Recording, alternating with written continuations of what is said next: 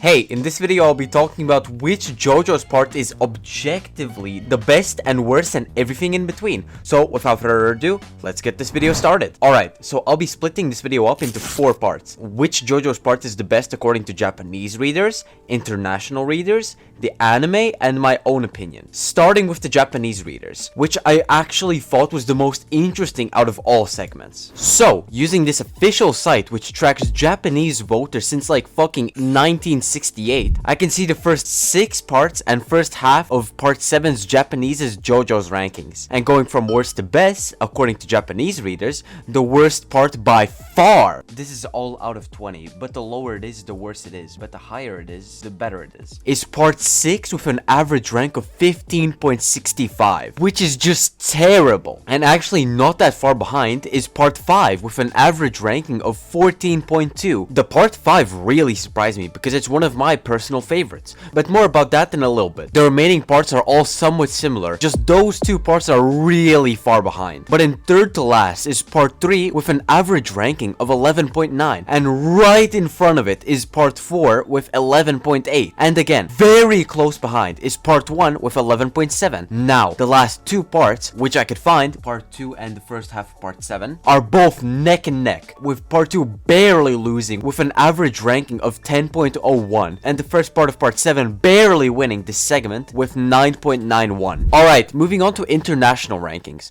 I'll be using 3 sites which are My Anime List, AniList, and Kitsu. I will take the average of each and then take the average of those 3, and from that I will rate them. So to start off, the worst JoJo's part according to the international community is part 1 with the only average rating below 8. From now on it's going to be out of 10, 1 being the worst, 10 being the best. Its average rating is 7.22, but the next part has an average rating of exactly 8. It's part 3. I honestly thought part 3 was going to be much higher, but right above it is surprisingly part 2 with an average rating of 8.03. I was very surprised when I saw that its rating was the third last from all 9 parts. But moving on from part 2, the next one is part 5 with an average rating of 8.12. Maybe it's because it's the manga, but for me, part 5 is one of my favorites. I'm surprised it's so low in all these rankings. But moving on to the next part, the part that's just above part 5 is part 9 with an average rating of 8.19 on average. This is the newest JoJo's part with just 23 chapters and it is still ongoing, so there is still a lot of room to improve. I'm not saying that it's bad, I'm just saying overall. But the part that is just outside the top 3 is part 6 with an average rating of 8.22. This is also interesting as this, for the Japanese readers, was by far the worst part, but internationally it is just outside the top 3 among all the JoJo's parts. But starting the top 3 parts according to international ratings is part 8 with an average rating of 8.37 on average. But moving right along, the remaining 2 parts are parts 4 and 7. I'll give you a moment to think about which you think is second place.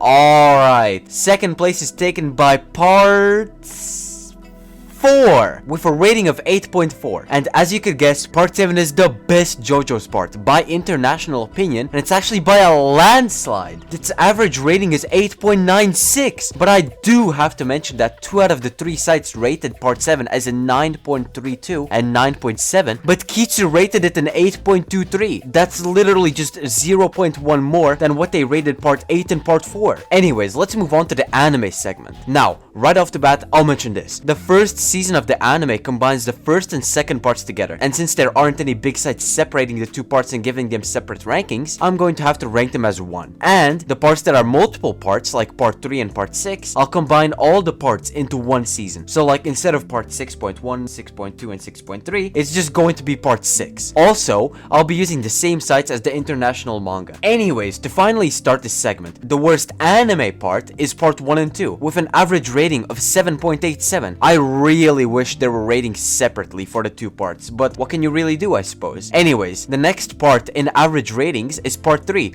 with a way higher average of 8.17. But what really surprised me was how close it was to the next spot. The third place in ratings is part 6, and as I just said, part 3's average rating was 8.17. And do you know what part 6's was? It was 8.18. It was literally above part 3 by 0.01. But I think I need to say this. When I was calculating the averages, I noticed that Anilist only had 2 out of the 3 parts. They just magically didn't have the last season for whatever reason. My solution was to take the average from the other 2 sites and take the average of that and use that as the average for Anilist. Anyways, moving on. With a big leap in ratings, second place is taken by part 4 with an average rating of 8.37. But actually, similarly, it is incredibly close to the first place spot, which is part 5. Part 5's average ratings were 8.39. Just 0.02 was the difference between first and second place. Alright, now, to what I think of each part. Stick around, there is a bonus round. To clarify, I've only watched the anime, so parts 7, 8, and 9 won't be mentioned. But, in my opinion, the worst part is part 1. It took me 4 weeks to watch those 9 episodes. I really didn't like it. But I continued it because my friend told me part 2 was incredible. But the next worst part, in my opinion, is part 6. Now, the only part I disliked was part 1. I already really liked part 6, so this doesn't mean that I think it's bad. But the next part, I think a lot of people will be surprised by what it will be.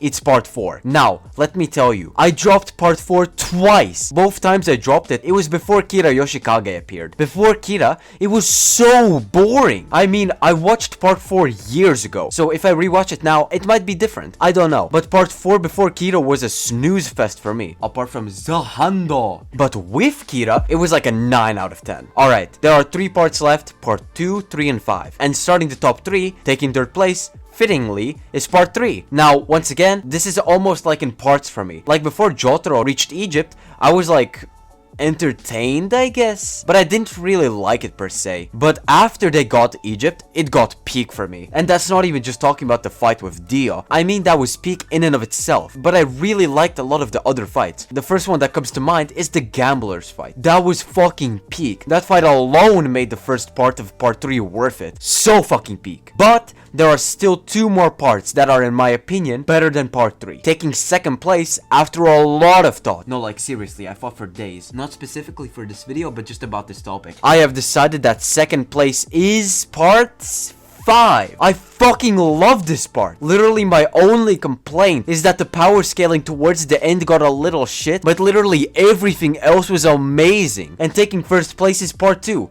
No, this part is literally perfect. It may be because I had to endure part 1 that the absolute peak of part 2 was made out to be even better. Because after something bad, something incredible is bound to make you appreciate it even more. And part 2, even after all this time, is still the best part in JoJo's, in my opinion. Alright, bonus round. Let's see which JoJo's part is the best on average. Like, I'll take each part's placements from all the segments and I'll take the average of those and then put them here for overall results. So, in 9th place is, drumroll please,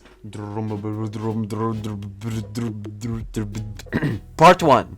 Yeah, this was probably expected. In short, it received 3rd place from Japanese, 9th internationally, 5th together with part 2 in anime, and 6th from me, making the average rank between everything a 5.75. 8th place is a tie between parts 3 and 9. Part 3 received 5th place from Japanese, 8th place internationally, 4th place anime-wise, and 3rd from me, making part 3's average rank a 5, while part 9 only had 1 category to compete in, which was international, which it received 5th in, making both part 3 and 9 have the same average rank.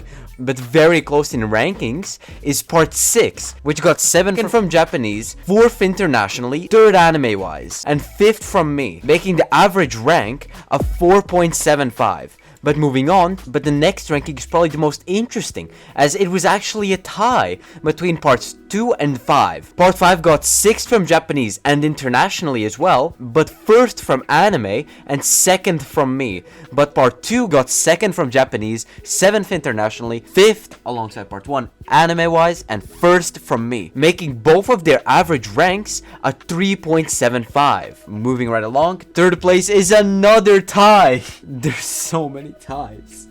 This time, it's between part 4 and 8. Part 8 is here for the same reason as part 9, for that part 8 only had 1 category to compete in, which was international, which it received 3rd in, while part 4 got 4th from Japanese, 2nd internationally, 2nd anime-wise, and 4th from me. Both part 4 and part 8's average rank is 3rd. And finally, standing atop all JoJo parts is, drumroll please!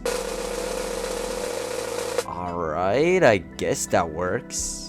It's part 7. It had 2 categories to compete in, which were the Japanese and international, which it got first in both categories. So the average rank is obviously worse. Alright, that's it for this video. If you enjoyed, please be sure to like and subscribe, as I'm going to be honest, getting the average Japanese ranks took so fucking long.